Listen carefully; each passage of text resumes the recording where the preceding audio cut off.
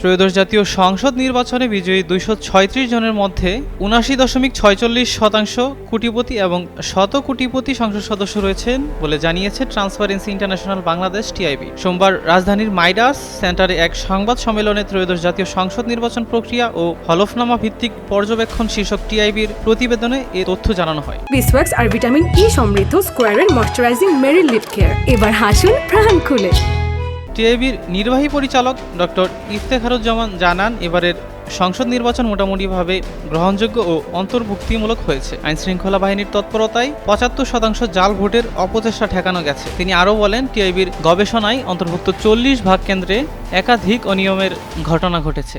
প্রার্থীদের সর্বোচ্চ গড় ব্যয়সীমা ৪৪,২৪,০০০ টাকা, অথচ প্রার্থীরা গড়ে ব্যয় করেছেন ১,১৯,২৩,০০০ টাকা। সার্বিক ব্যয়সীমা থেকে গড়ে ৭৪,৯৮,০০০ টাকা বেশি ব্যয় করেছেন প্রার্থীরা। গবেষণায় দেখা যায় ৯৯% প্রার্থী কোনো নির্বাচনী আচরণবিধি ভঙ্গ করেছে। ৪৬.৪% ভোটারকে হুমকি দিয়ে তাড়ানো বা কেন্দ্রে প্রবেশ করতে দেওয়া হয়নি।